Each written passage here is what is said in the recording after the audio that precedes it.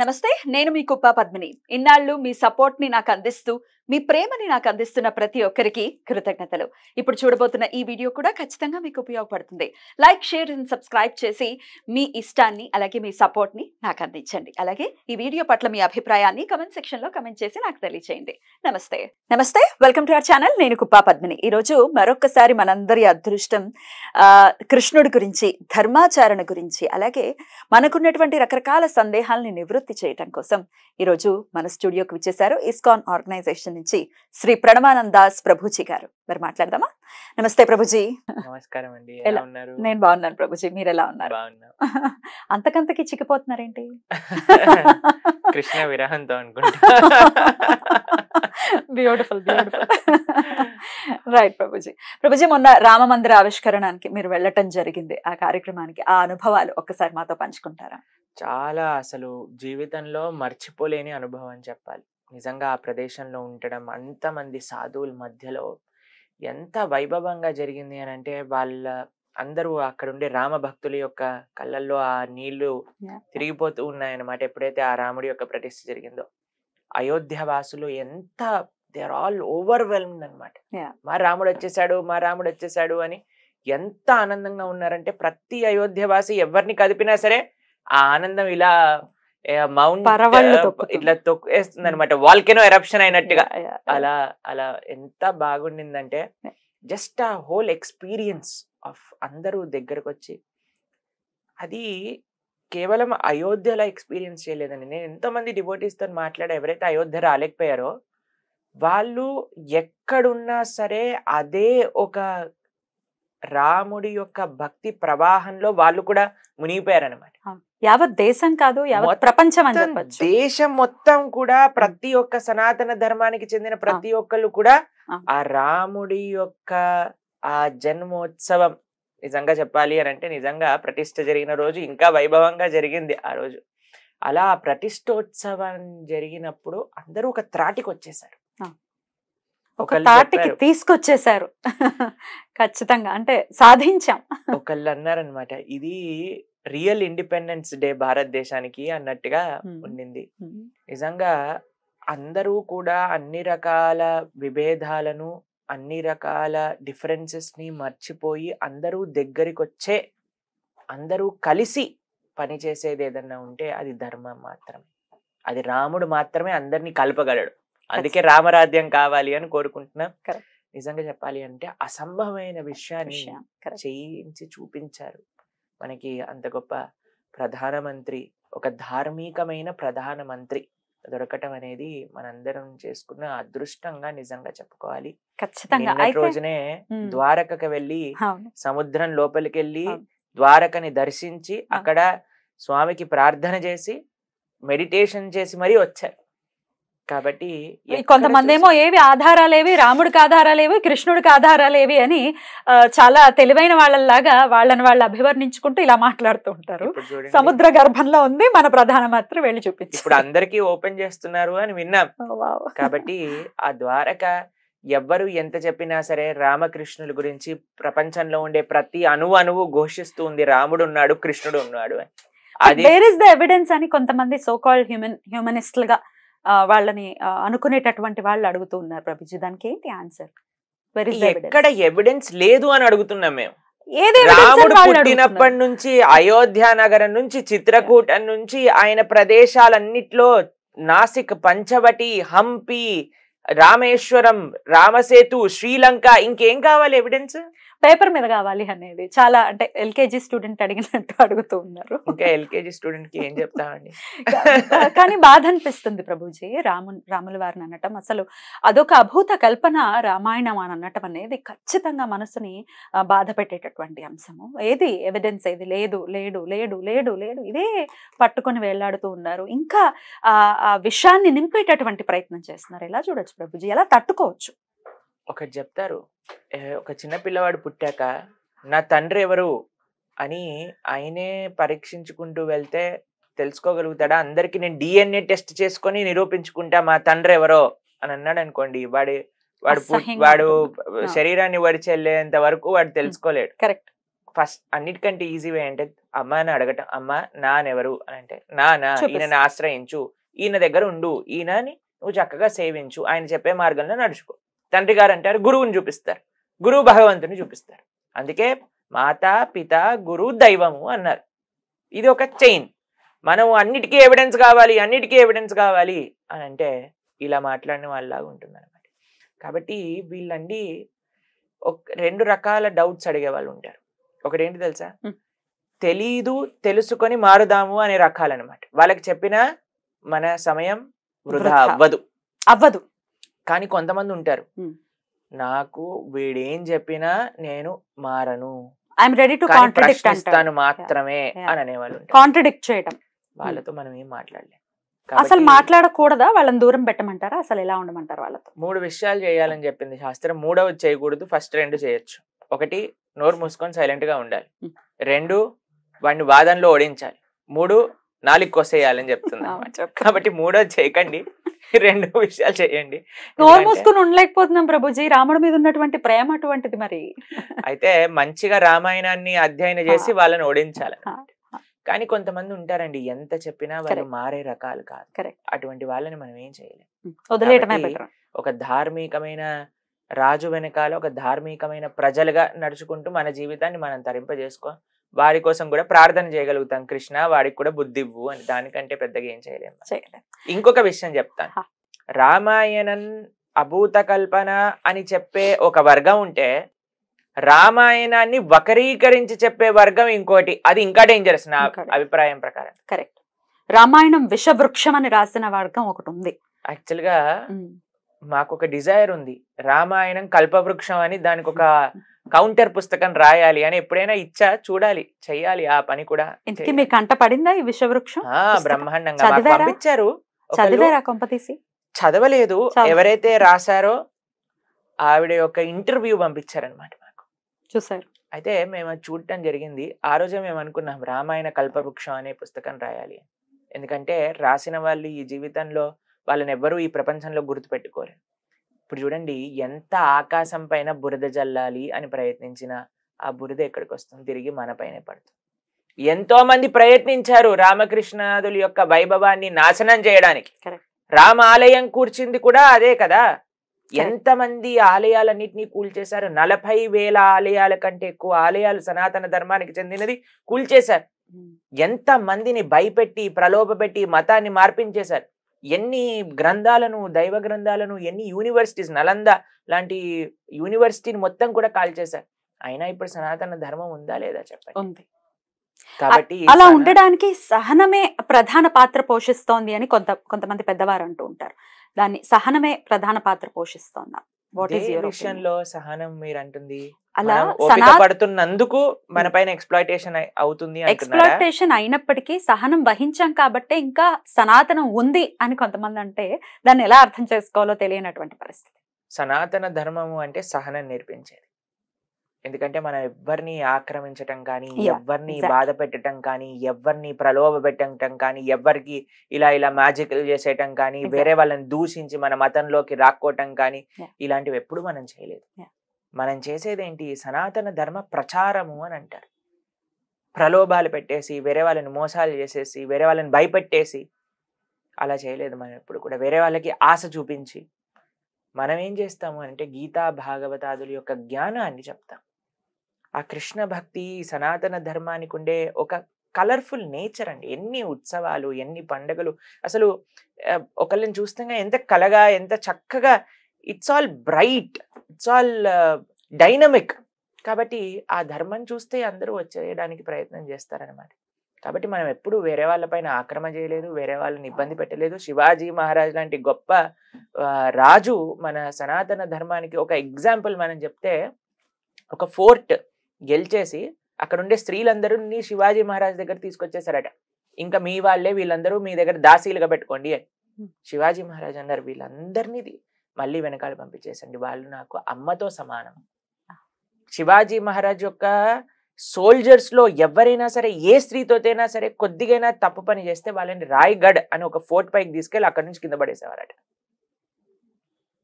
అలాంటి విలువలు కలిగింది సనాతన ధర్మం. కానీ అటుపక్కన చూస్తే మీరు రాజస్థాన్లో జోహర్ అని చేస్తూ ఉంటారు, మీరు వినే ఉంటారు. రాణులందరూ, రాజ్పూత్ క్వీన్స్ అందరూ, వాళ్ళు అక్కడ ఉండే స్త్రీలందరూ కలిసి అగ్ని ప్రజ్వలింపజేసి దాని లోపల ప్రవేశిస్తూ ఉండేవారు. ఎందుకు అనంటే శవాలని కూడా విడిచిపెట్టే వాళ్ళు కాదు. కాబట్టి మన ధర్మం ఒక గొప్ప సంస్కృతి, గొప్ప విలువలు, గొప్ప నైతిక సంబంధాలు కలిగిన ధర్మం సనాతన ధర్మం. కాబట్టి ఇటువంటి ధర్మాన్ని ఎవ్వరు ఏమన్నా సరే నాశనం అవ్వదు. ఈ ధర్మాన్ని పరిరక్షించడానికి భగవంతుడు ఎన్నో రూపాలుగా అవతరిస్తూ ఉంటారు. ఆ ధర్మాన్ని కాపాడుకునే బాధ్యత మనందరిపైన కూడా భగవంతుడి తరపు నుంచి ఉంది. ఆన్ దిస్ నోట్ ప్రభుజీ, ఈ ఎవరైతే కొంత వీక్ గా ఉంటుందో వాళ్ళ థాట్ ప్రాసెస్ అవ్వచ్చు, లేకపోతే వాళ్ళ బ్రాటప్ అవ్వచ్చు, మీకు ఇక్కడ ఉంటే మీకు మీ కష్టాలు తీరవు, మీరు ఈ ధర్మంలోకి వస్తేనే మీ కష్టాలు తీరుతాయి, అసలు దేవుడు అంటేనే ఈయన, మిగతా వాళ్ళందరూ దేవుళ్ళు కాదు అని అభివర్ణించడం, అసలు ఈ దేవుణ్ణి నమ్మకపోతే మీరు నరకంలోనే ఉంటారు, అసలు నమ్మనటువంటి మీ పిల్లల్ని వదిలేయండి, మీ తల్లిదండ్రులను వదిలేయండి, అవసరమైతే పిల్లల మాంసాలు తినేయండి, అసలు ఏం జరుగుతుంది ప్రభుజీ బయట? మా గురుగారు ఒక స్టోరీ చెప్తారనమాట. ఆయన అమెరికాలో కాలేజ్లో ప్రచారం చేసేటప్పుడు ఒక ఆయన వచ్చి, నువ్వు నరకానికి వెళ్తావు ఇలా చేస్తే ఎలా అని అన్నారట. అంటే వాళ్ళ దేవుడిని పూజ చేయకపోతే. అయితే ఈయన అన్నారట, నువ్వు స్వర్గానికి వెళ్తావా అన్నారట. నేను స్వర్గానికి వెళ్తా, నువ్వు నరకానికి వెళ్తావు, నీలాంటి వాళ్ళు ఉండే స్వర్గానికి నేను వెళ్ళాల్సిన అవసరం లేదు, నాకు నరకమే బెటర్ అన్నారట. కాబట్టి ఇలాంటి ఫెనాటిక్ బిహేవియర్స్. ఇప్పుడు చూడండి, మనం ఎవ్వరి మతానికి వ్యతిరేకం కాదండి, కానే కాదు. ఇప్పుడు we are all brothers and sisters.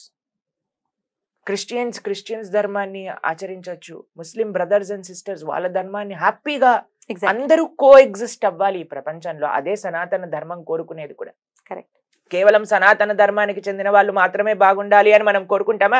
వసుదైవ కుటుంబకం అని మన భావన, అందరూ బాగుండాలని కోరుకు. కాబట్టి అటు మనం ముస్లిమ్స్ కి వ్యతిరేకం కాదు, ఇటు క్రిస్టియన్స్ కి వ్యతిరేకం కాదు, కానీ వాళ్ళు చేసే పని ఇలాంటి పని. ఆ మాటలకే మేము అసలు కొన్ని వీడియోస్ చూస్తే అసలు ఎంత దేశం పట్ల గౌరవం లేదు, తల్లి పట్ల గౌరవం లేదు, గురువు పట్ల గౌరవం లేదు, ధర్మం పట్ల గౌరవం లేదు, వేరే వాళ్ళ యొక్క ఆస్థ, వేరే వాళ్ళ యొక్క నమ్మకాలని ఎంతగా దూషిస్తున్నాము అంటే డెమోక్రసీ అనే పేరు పెట్టుకొని ఇది మనం ఖండించాలి. ఎగ్జాక్ట్లీ. రాముడి గురించి చాలా హేయాతిహేయంగా కొంతమంది అభివర్ణించడం జరిగింది.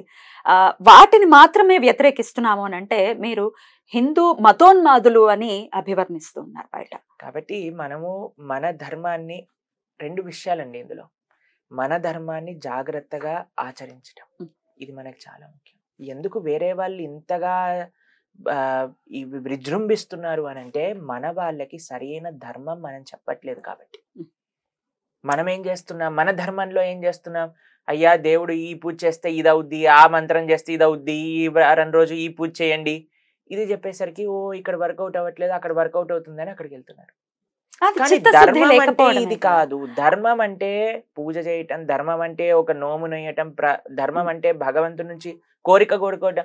భగవంతుడు మన కోరికలని తీర్చేవాడు కాదు, ఇది ఫస్ట్ విషయం. భగవంతుడు మనకేది కావాలో ఇచ్చేవాడు భగవంతుడు అవ్వడు ఎన్నటికైనా సరే. మనకి ఏది మంచిదో చూసి ఇచ్చేవాడు, మనకి మంచిది కాకపోతే ఇవ్వకుండా ఉండేవాడు భగవంతుడు. కాబట్టి నువ్వు ఏ కోరికైనా కోరుకో, ఈ వ్రతం చేయి, ఈ పూజ చేయి, ఈ నోము చేయి, ఈ పరిష్కారం చేయి, తీరిపోతుంది అని చెప్పడం ఫస్ట్ ఆపేసేయాలి. బట్ అది సాధనలో ఉండే వాళ్ళకి అర్థమవుతుంది. కానీ ప్రభుజీ అసలు మాకు భగవంతుడు కాదు, మా కష్టం తీరాలి అనుకునే ఏదైతే ఉంటారో థాట్ ప్రాసెస్ ఎవరైతే ఉంటారో వాళ్ళకి అర్థం కాదు. ఎన్ని కష్టాలు తీరుస్తాడు భగవంతుడు, అసలు ఈ ప్రపంచం పేరే భగవంతుడు పెట్టింది దుఃఖాలయం అశాశ్వతం. అందుకే ప్రతి సనాతన ధర్మానికి చెందిన వారు భగవద్గీత అధ్యయనం చేయాలి. ఏ సాంప్రదాయమో పక్కన పెట్టేసేయండి, భగవద్గీత సనాతన వైదిక సంప్రదాయానికి సంబంధించిన బేసిక్ ఫిలాసఫికల్ పుస్తకం. ఎంతమంది చదువుతున్నారు గీత చెప్పండి మీరు?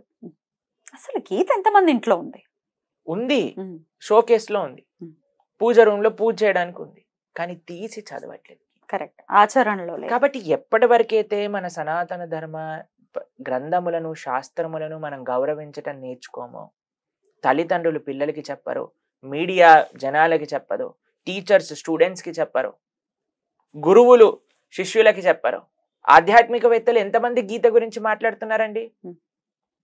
ఎంతమందిని గీత మాట్లాడే విధంగా మనం ప్రోత్సహిస్తున్నాం కూడా. కాబట్టి ఇప్పుడు అందరికీ కూడా ఏ స్టోన్ పెట్టుకుంటే పేరు ఎలా మార్చుకుంటే, ఒకడు అంటాడు ఇలా పేరు రాయాలి, ఒకళ్ళు ఇక్కడ బల్బు పెట్టండి మీ ఇంట్లో, ఇవే నడుస్తున్నాయి ధర్మం పేరుతో. కాబట్టి ఇవన్నీ పక్కన కాదు, ఇవన్నీ కైతవ ధర్మ ప్రోజ్జిత కైటమత్ర పరమో నింబత్సరానాం సతాం వేద్యం వాస్తవమత్ర వస్తు శివదం తాపత్రయోన్మూలనం శ్రీమద్భాగవతే మహాముని కృతే. శ్రీమద్భాగవతం ధ్యాన శ్లోకంలో, ప్రార్థనా శ్లోకంలో వస్తుంది ఈ శ్లోకం, మొట్టమొదటి శ్లోకాలలో. ఇప్పుడు చూడండి, ఇంత పరిగెత్తుతున్నారు ఆ కోరిక ఈ కోరిక, ఈ ప్రాయశ్చిత్తం ఆ ప్రాయశ్చిత్తం అని. మనసు కుడిత పడుతుందా అని అంటే ఈ కోరిక అయిపోయింది, నెక్స్ట్ ఈ కోరిక అయిపోయింది, తృప్తి లేదు జీవితంలో, ఖచ్చితంగా తృప్తి లేదు. తృప్తి ఉన్నప్పుడు ఏది ఉన్నా ఏది లేకపోయినా సరే ఆ మనిషి ఆనందంగా బ్రతుకుతాడు. ఆ తృప్తినిచ్చేదే భగవత్ సేవ, నిజమైన ధర్మం. ఖచ్చితంగా. ప్రభుజీ, ఇప్పుడు పరమతంలో ఉన్న వాళ్ళు మనల్ని అంటే ఇక్కడి నుంచి అక్కడికి తీసుకెళ్ళిపోయేటటువంటి విధానం ఒకటైతే, మనలో మనమే కొట్టుకు చావడం అనేది ఒకటి ఉంది. వీళ్ళని పూజించద్దు, వాళ్ళని పూజించద్దు, ఇందుగలడు అందులేడు సందేహం వలదు చక్రి సర్వోగతుండు ఎందెందు వెతికినా అందందే గలడు అని మనం చిన్నప్పటి నుంచి వింటున్నాం. చిన్న పిల్లాడు భక్త ప్రహ్లాద చెప్పాడు, ఇక్కడ ఉన్నాడు అక్కడ ఉన్నాడు అంటే, అలా స్తంభంలో కూడా ఉన్నాడంటే వచ్చేసాడు. అంటే అది ఎందుకు చెప్పారు వేదవ్యాసుల వారు? ఆ లీలను ఎందుకు తీసుకొచ్చారు అని అంటే, ఈశ్వరుడు సర్వాంతర్యామి, ఇక్కడ లేడు అక్కడ లేడు అనుకోవడం ఏమిటి? వీళ్ళు లేడు, వాడిని పూజించద్దు, వీళ్ళని పూజించద్దు, వీళ్ళని పూజిస్తే నరకానికి. మనలో మనం కూడా కొట్టుకుని చేస్తున్నాం, ఒకరినొకరిని కాంట్రడిక్ట్ చేస్తున్నాం. దీన్ని ఎలా చూడొచ్చు ప్రభుజీ? ఇప్పుడు ఇందుగలడందు లేడని సందేహము వలు చక్రి సర్వోపగతుండు ఎందెందే వెతికి చూసిన నందందే కలడు అని ప్రహ్లాదుడు అన్నప్పుడు హిరణ్యకశిపు అన్నదేంటి? నన్ను పూజించు అని అన్నాడు. ప్రహ్లాదుడు పూజించాడా? పూజించలేదు. ఎందుకు పూజించలేదు? ఎందుకంటే ప్రహ్లాదుడు నిజమైన భాగవత ధర్మాన్ని తెలుసుకున్నవాడు కాబట్టి. భగవంతుడు అంతటా ఉన్నారు అని అన్నిటినీ పూజ చేయటం కాదు ధర్మము అని అంటే. భగవంతుడు ఏ విధంగా ఎక్కడున్నాడు, భగవంతుణ్ణి ఏ స్వరూపంలో ఆరాధన చెయ్యాలి అని చెప్పింది మన శాస్త్రాలు, మన ఆచార్యులు, మన ఋషులు, మన వేదములు. వీటిపైన గౌరవం ఉండాలి ఫస్ట్ మనకి. కాబట్టి అదే ప్రహ్లాదుడు అంతట్లో ఉన్నవాడు. హిరణ్యకశిపు ఏం అడుగుతున్నాడు? ఏం అడగట్లేదు. నన్ను పూజ చేయి, నా మంత్రాన్ని చెప్పు. చండామర్కులు ఏం చెప్పారు? నారాయణాయ నమః మర్చిపో, హిరణ్యకశిపే నమః చెప్పు అంటే చెప్పాడు ఒక్కసారైనా? చెప్పలేదు ప్రహ్లాదు. ఎందుకంటే వాళ్ళు గురువు చెప్పిన మాటలు, నారదుడు చెప్పిన మాటల పైన విశ్వాసం ఉంది కాబట్టి. ఈ మధ్యలో మన సనాతన వేదిక సంస్కృతిలో ఎవరిని పడితే వాళ్ళని పూజ చేయటం ప్రారంభం చేసేసారు. దాని యొక్క ఫేత్ ఏంటి? కోరిక. ఎక్కడ నా కోరికలు తీరితే అక్కడికి నేను వెళుతాను. మనకి శాస్త్రములతో ప్రామాణికం అవసరం లేదు. భగవంతుడు ఏం చెప్పాడు, మన ఆచార్యులు ఏం చెప్పారు, ఏ ఆచార్యులైనా సరే ఎగ్జాంపుల్స్ అవసరం లేదండి. మన ఆచార్యులు చెప్పిన విధంగా మనం ఉండాలి. మహాజనోయేన గతాసపంత. ఇంత గొప్ప ఆచార్యుల అవతారాన్ని స్వీకరించి వాళ్ళ జీవితాన్ని మొత్తం కూడా ఈ ధర్మ పరిరక్షణ కోసం సమర్పణ చేసి ఒక సిద్ధాంతాన్ని ప్రతిపాదన చేసినప్పుడు దాన్ని ఫాలో అవ్వకుండా మనం ఇష్టం వచ్చినట్టు చేస్తామంటే ఎలా చెప్పండి? కాబట్టి యం శాస్త్ర విధిన్ ఉత్సృజ్య వర్తతే కామకారక నస సిద్ధిం అవాప్నోతి నసుఖం నపరాంగతిం అని కృష్ణుడు భగవద్గీతలో చెప్పారు. ఎవరైతే శాస్త్రవాక్కులను వదిలేసి ఇష్టం వచ్చిన పనులు చేస్తారో వాళ్ళకి సిద్ధి దొరకదు, సుఖం దొరకదు, పరగతి అంటే జీవితాన్ని అయిపోయాక పరగతి కూడా దొరకదు అని కృష్ణుడు క్లియర్ గా చెప్పారు భగవద్గీతలో.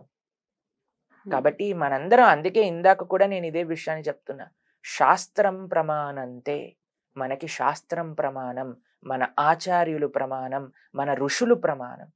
వాళ్ళు ఇవ్వండి, మనం మిగతాది ఏది కూడా ఆచరించవలసిన అవసరం లేదు. ఏ ప్రామాణికమైన భక్తుడి యొక్క జీవితంలోనైనా చూడండి, ఒక ప్రామాణికమైన గురు పరంపర ఏ భక్తునైనా తీసుకోండి. భాగవతంలో, రామాయణంలో శబరి గురించి మీరు ఇందాక చెప్తున్నారు. శబరి మతంగ ఋషి యొక్క మాటలు విని అక్కడ వెయిట్ చేసింది రాముడి కోసమే. అయితే నేను అడిగేది, శివకేశవులకి భేదం చూస్తూ మనకి రకరకాల ప్రమాణాలు ఉన్నాయి. శివస్య శివస్య హృదయం విష్ణు, విష్ణుస్య హృదయం శివ అని చెప్పి వీళ్ళిద్దరికీ కూడా భేదం చూసే దగ్గర నుంచి స్టార్ట్ అయినటువంటి ఈ భేదం ఏదైతే ఉందో దాన్ని ఎట్లా మనం ఆన్సర్ చేసుకోవచ్చు?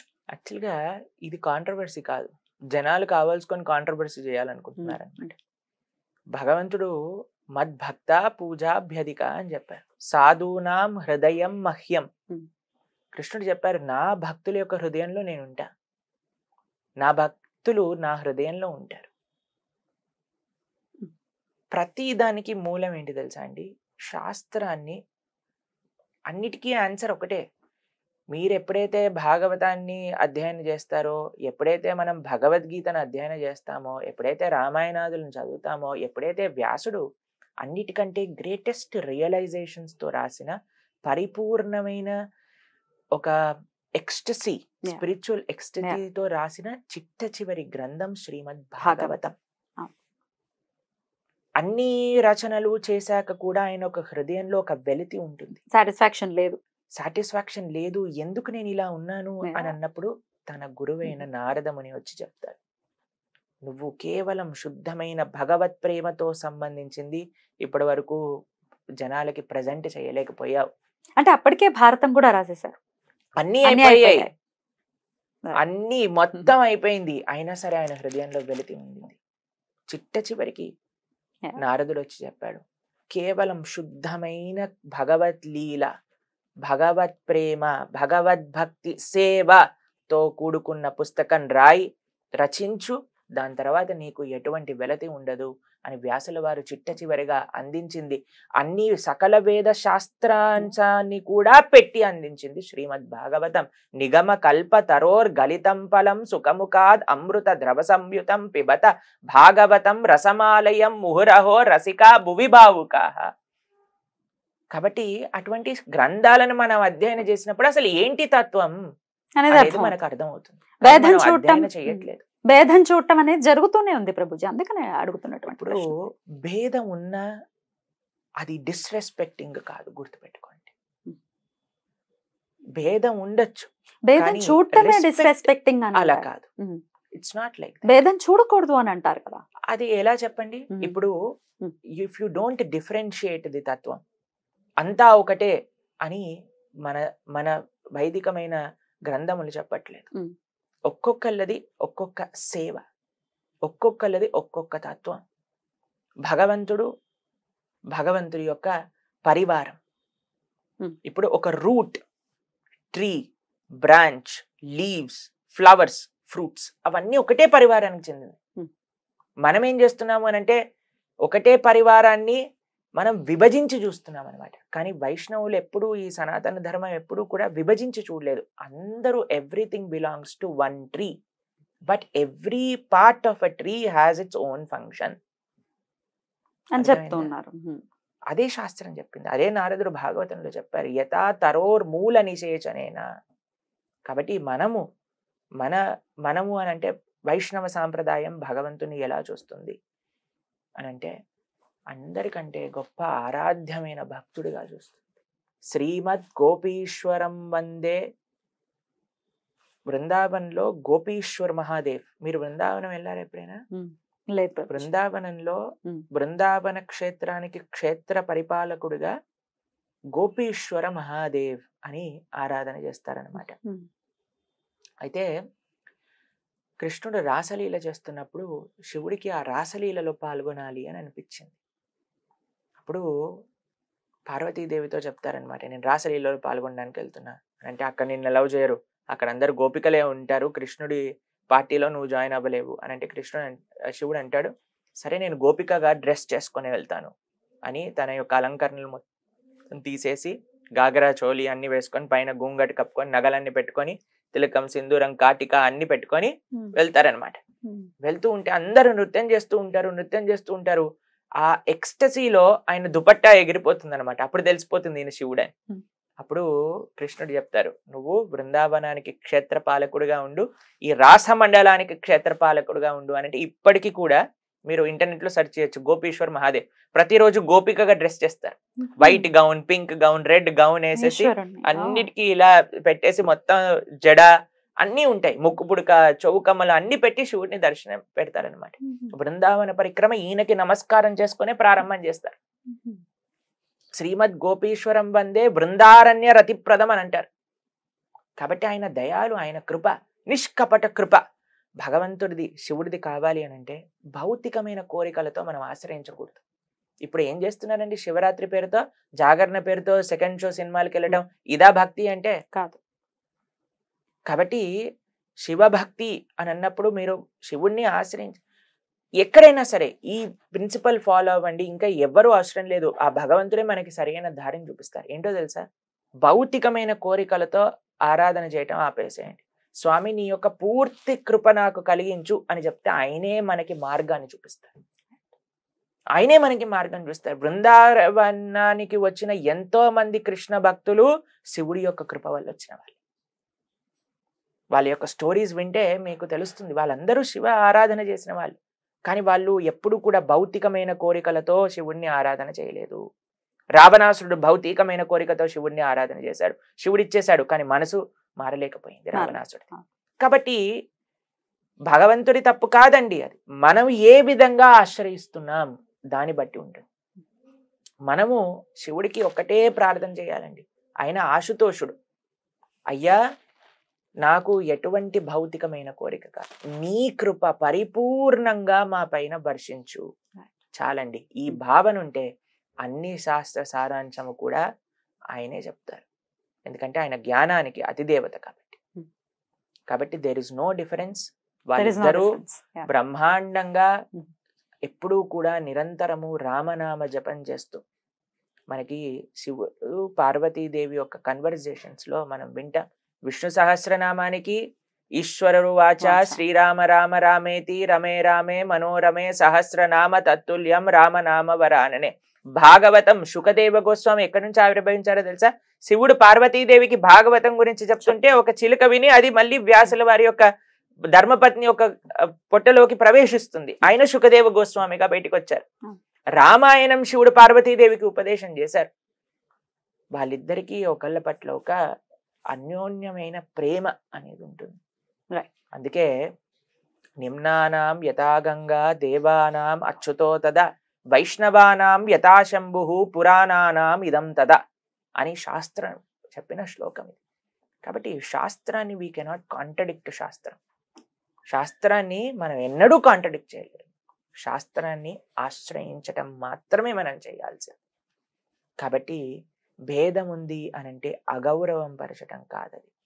ఎవరికి ఏ రెస్పెక్ట్ ఇవ్వాలో ఆ రెస్పెక్ట్ ని మనం ఇస్తాం అన్నమాట. అందరూ కూడా భగవంతుడి యొక్క పరివారమే. సర్వ దివ్య మంగళ స్వరూపాయ సర్వ పరివార సమేతాయ శ్రీమతే నారాయణాయ నమః. అందరూ ఆ పరివారంలోనే, అందరూ భగవంతుని ఆశ్రయించిన వారు. వీరు వారు ఈ మతస్థులు ఆ మతస్థులు కాదు, అందరూ ఈశ్వరుడికి సంబంధించిన వాళ్ళే, భగవంతుడికి సంబంధించిన వాళ్ళే. అయితే విష్ణు సహస్రనామం గురించి చెప్పారు కాబట్టి నేను ఎన్నో పర్యాయాలు మన ఛానల్లో కూడా చాలా సార్లు చెప్పాను, విష్ణు సహస్రనామానికి మించినటువంటి నామం లేదు. ఇంకా కోరిక, అందరూ కోరికల్లోనే ఉన్నారు ప్రభుజీ, సాధనలో అక్కడి నుంచి బయటికి తీసుకొని రావాలి మనల్ని. అదే మనందరి యొక్క బాధ్యత. కోరికల నుంచి బయటికి తీసుకొచ్చినప్పుడే నిజమైన ఆధ్యాత్మికత ప్రారంభం అవుతుంది. రైట్.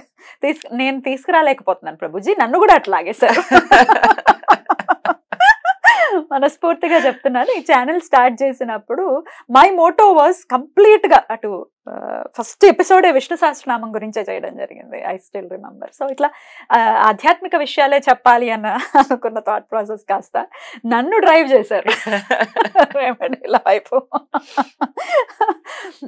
సరే, ఎండ్ ఆఫ్ ది డే నా థాట్ ప్రాసెస్ ఏంటి అంటే, సరే ఇట్లా అయినా స్వామితో ప్రయాణం చేస్తున్నారు కదా, ఒకనాటికి ఖచ్చితంగా స్వామి కృప కలిగి ఎంతో కొంత జ్ఞానాన్ని సముపార్జించుకుంటారు, ఇట్లా పూజలు చేసుకోవటం ఇంకోటం అన్న థాట్ ప్రాసెస్ నాది.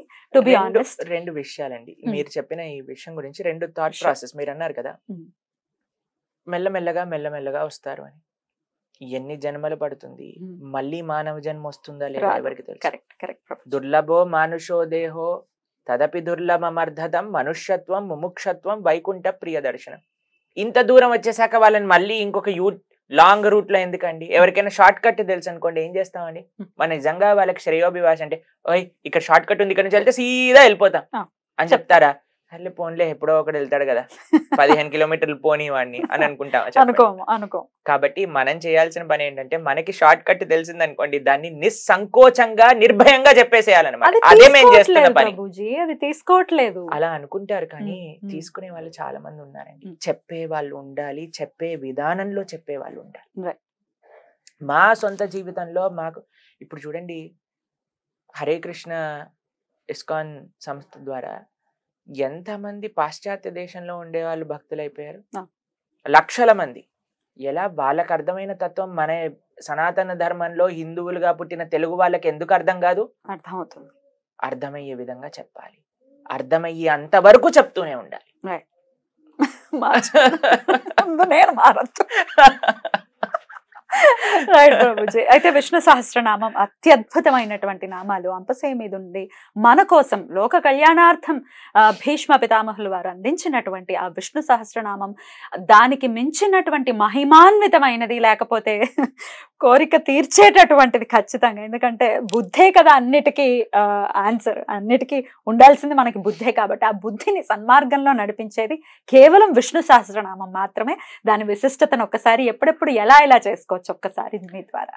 కృష్ణుడు భగవద్గీతలో ఎంతో తన వైభవం గురించి చెప్పారు, ఆయన యొక్క విభూతుల గురించి చెప్పారు, ఆయన యొక్క వైభవం గురించి. అన్నిట్లో నేనే గొప్పవాడిని అని చెప్పుకున్నాను అనమాట. ఇది చూసి చాలా మందికి అసూయ పాపం. మీకు తెలుసో లేదో, మమ్మల్ని చాలా మంది అంటుంటారు, ఎందుకండి కృష్ణుడు భగవద్గీతలో అంతా నేనే అని చెప్పుకుంటున్నాడు అని అన్నారనమాట. అయితే నేను అడిగా, అమ్మ మీ అబ్బాయా అమ్మాయి అంటే అబ్బాయి అండి. ఏం చదువుకున్నారు అంటే డాక్టర్ చేశారండి. అయితే మీ అబ్బాయిని మీరు ఏం చదువుకున్నారంటే ఏం చెప్తారండి అంటే ఏం చెప్తారండి ఎండి డాక్టర్ అని చెప్తారండి.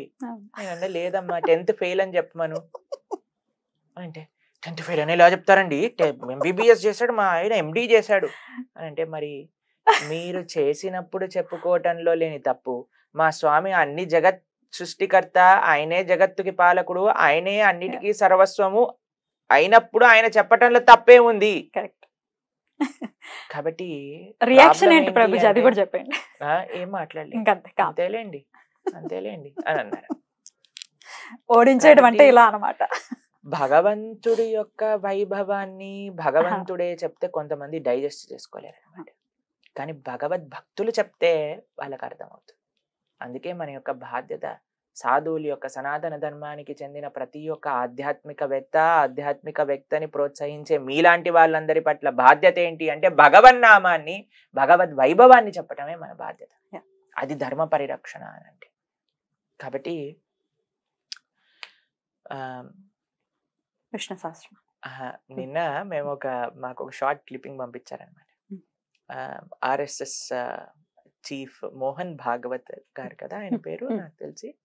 అయితే ఆయన మాట్లాడుతూ చెప్తున్నాను అనమాట, మా సంస్థలోకి ఎవరికైతే ఏదన్నా కోరికున్న వాళ్ళు రాకండి, మా సంస్థలోకి వస్తే మీకు వచ్చేది ఏం లేదు, మీ దగ్గర ఉన్నది కూడా పోతుంది, కేవలం ధర్మాన్ని మాత్రమే ధర్మవృద్ధి జరుగుతుంది, కానీ మీకేం పర్సనల్ బెనిఫిట్స్ లేవు అని నేను ఎవరు వచ్చినా సరే అదే విషయాన్ని చెప్తా అని చెప్పారనమాట. ఆ చిన్న వీడియో మాకు పంపించారు. నేను అనుకున్నా, yes, this is what it is. మన యొక్క స్వార్థం, మన యొక్క కోరిక మనకేమవుతుంది అని చూసేది ధర్మం కాదు. ధర్మం అంటే నేను ఏమి ఇవ్వగలుగుతాను, ఎప్పటి వరకు నాకు, నాది, నేను, నా వాళ్ళు, నా కోసం అని ఆలోచించాము అప్పటి వరకు జీవితంలో సాటిస్ఫాక్షన్ అనేది కలగదు. There is no satisfaction in self-centeredness. The real satisfaction is in seva, service, giving. In giving. Yeah. కాబట్టి విష్ణు సహస్రనామం ఎలా వచ్చింది అని అంటే, మీరు అన్నారు భీష్మాచార్యులు అంపశయన పైన శయనించున్నప్పుడు. అయితే పాండవులు వచ్చారు కృష్ణుడి దగ్గరికి, అయ్యా మాకు ఈ ప్రశ్నలు ఉన్నాయి అంటే కృష్ణుడు అన్నాడు, నేను మాట్లాడేశాను, నాది అయిపోయింది కోట. భీష్మాచార్యుల దగ్గరికి వెళ్ళి భీష్మాచార్యులు చెప్పింది విందాము అని అన్నారనమాట. సరే అని అందరినీ తీసుకెళ్లారు. పాపం ఆయన అంపశయనం పైన ఉన్న శక్తి లేదు, అయినా సరే కృష్ణుడు ఆయనని ఎంపవర్ చేశారు మాటలు మాట్లాడి. ఎందుకంటే అండి, భక్తుడు చెప్పింది ఏదైతే ఉంటుందో అది మనసులోకి ఈజీగా సింక్ అవుతుంది. ఇప్పుడు నేను ఇంత గొప్పవాడిని భగవంతుడు చెప్తే కూడా మనం నమ్మలేం, కానీ భగవంతుడు ఇంత గొప్పవాడు అని చెప్తే ప్రతి ఒక్కళ్ళు కూడా ఆశ్రయించే ఒక ప్రేమ కలుగుతుంది అన్నమాట. కాబట్టి భీష్మాచార్యులు చెప్పారు, అయ్యా ఆశ్రయించవలసింది ఎవరు అనుకుంటున్నారు? ఆయనే. Hmm. అక్కడే కృష్ణుడు ఉన్నాడు. కృష్ణుడినే ఆశ్రయించాల్సింది. Yeah. అతం ఆదిదేవం, ఈయనే ఆదిదేవుడు అని స్వామిని చూపిస్తూ ఆయన యొక్క వైభవంగా విష్ణు సహస్రనామాలని చెప్పారు. భగవంతుడి యొక్క నామం కృతేయ ధ్యాయతో విష్ణుం త్రేతాయాం యజతోమకై ద్వాపరే పరిచర్యాయాం కలో తత్ కీర్తనం. కలియుగంలో హరినామ స్మరణ, భగవంతుడి యొక్క నామాలు జపం చేయటమే విశేషం. కాబట్టి చిట్ట చివరి దశలో కూడా భీష్మాచార్యులు అతని యొక్క శరీరాన్ని విడిచిపెడుతూ ఉపదేశం చేసింది విష్ణు సహస్రనామం. అటువంటి విష్ణు సహస్రనామం చిట్ట చివరిలో చూస్తే మనం శ్రీరామ రామ రామేతి అని 1000 సార్లు మనం విష్ణు సహస్రనామ నామాలు చెప్పిన ఫలితం 3 సార్లు రామ రామ రామ అంటే వచ్చేస్తుందట. 3 సార్లు రామ అనే ఫలితం ఒక్కసారి కృష్ణ అంటే వస్తుందట. కాబట్టి ఇవన్నీ కూడా భగవంతుడి యొక్క నామాలలో పూర్తి శక్తి ఉందన్నమాట. కలియుగే నామరూపే కృష్ణ అవతార్ అని అంటారు. నామం రూపంలోనే భగవంతుడి కలియుగంలో ఆవిర్భవించారు. అభిన్నత్వం నామనామినో అని అంటారు అనమాట. పేరుకి పర్సన్కి ఎటువంటి డిఫరెన్స్ లేదు భగవంతుడి. ఇప్పుడు చూడండి, ఎవరైనా పిలవాలి, ఓ ప్రణవానంద దాస్ అనగానే నేను తిరుగుతానా లేదా? భగవంతుడి యొక్క దృష్టిని ఆకర్షింపజేసుకోవడానికి చేయాల్సిన ఏమీ మనం ఎన్ని తంటాలు పడాల్సిన అవసరం లేదు. ఇక్కడికి వెళ్ళి అది తీసుకొని రా, చెట్టెక్కు, ఈ నీళ్ళల్లో స్నానం చేయి, ఇవన్నీ ఏం చేయాల్సిన అవసరం లేదు. భగవంతుడి యొక్క నామాన్ని జపం చేస్తే చాలు. ఏ నామాన్ని చేయమంటారు ప్రభుజీ? విష్ణు సహస్రనామం చదవడం రాదు. హరిర్నామ హరిర్నామ హరిర్నామైవ కేవలం కలోర్ నాస్తైవ నాస్తైవ నాస్తైవ గతిరన్యద. హరే కృష్ణ కృష్ణ కృష్ణ హరే హరే, హరే రామ రామ రామ హరే హరే ఇతి షోడశాక్షరనామ్నాం కలి కల్మషనాశనం నాతర పరతరోపాయ సర్వవేదేషు దృశ్యతి. వేదములన్నీ పైనుంచి కిందికి తిరిగొచ్చిన ఇంత మంచి మంత్ర మహామంత్రము అని అంటారు అనమాట. అటువంటిది ఇంకొకటి లేదు. ఇందులో చూడండి, రామనామము ఉంది, కృష్ణనామము ఉంది. 3 సార్లు రామ రామ రామ అని అంటే విష్ణు సహస్రనామం జపం చేసిన ఫలితం అని ఈశ్వరుడే కదా పార్వతీదేవికి చెప్పింది. హరే కృష్ణ మహామంత్రంలో చూస్తే హరే కృష్ణ కృష్ణ కృష్ణ హరే హరే 4 సార్లు కృష్ణుడి నామం, 4 సార్లు రాముడి నామం. హరే రామ రామ రామ హరే హరే. కాబట్టి ఎన్నో విష్ణు సహస్రనామాలు చేసిన పుణ్యం మొత్తం కూడా, ఆ ఫలితం మొత్తం కూడా ఈ మహామంత్రంలో ఉందన్నమాట. కాబట్టి ఈ మహామంత్రానికి పెద్దగా రూల్స్ అండ్ రెగ్యులేషన్స్ లేవు. గురుముఖతగా తీసుకోవటాలు అట్లాంటివి అవసరం లేదు. కానీ మనం విన్నప్పుడు దాన్ని సాధన పరంగా మనం ఈ మంత్రాన్ని వాడుకోవచ్చు. ఎందుకంటే దీంట్లో ఓంకారాది శబ్దములు ఏవి కూడా, ప్రణవాది మంత్రములు కూడా ఇందులో లేవు. కాబట్టి అందుకే ఇది అన్నిటికంటే సులభంగా తరింపజేసేది అని కలియుగంలో శ్రీ చైతన్య మహాప్రభు నామ సంకీర్తనాన్ని స్థాపించి కలియుగ ధర్మాన్ని స్థాపించిన వారే ఈ మంత్రాన్ని మనకి అందించారనమాట. కాబట్టి ఈ మంత్రం చాలా సులభం. ఏ రూల్స్ రెగ్యులేషన్స్ ఏదో భయపడిపోవటం, తప్పవటం ఏమీ ఉండదు. భగవంతుడి యొక్క నామంలో తప్పు లేదండి. ఏదైనా మంత్రంలో మనం ఏదైనా తప్పు చేసామనుకో, త్వష్ట అని ఒక ఆయన ఉన్నారు, ఆయనని ఇంద్రుడిని చంపే కుమారుడు కావాలి అని యజ్ఞం చేస్తున్నారు అనమాట. అందులో ఒక్క పొల్లు మంత్రం తప్పుపోయింది. పోయేసరికి ఇంద్రుడి చేత చంపబోయే కుమారుడు వృత్రాసురుడు పుడతాడనమాట. అక్కడ నుంచి పుట్టాడు.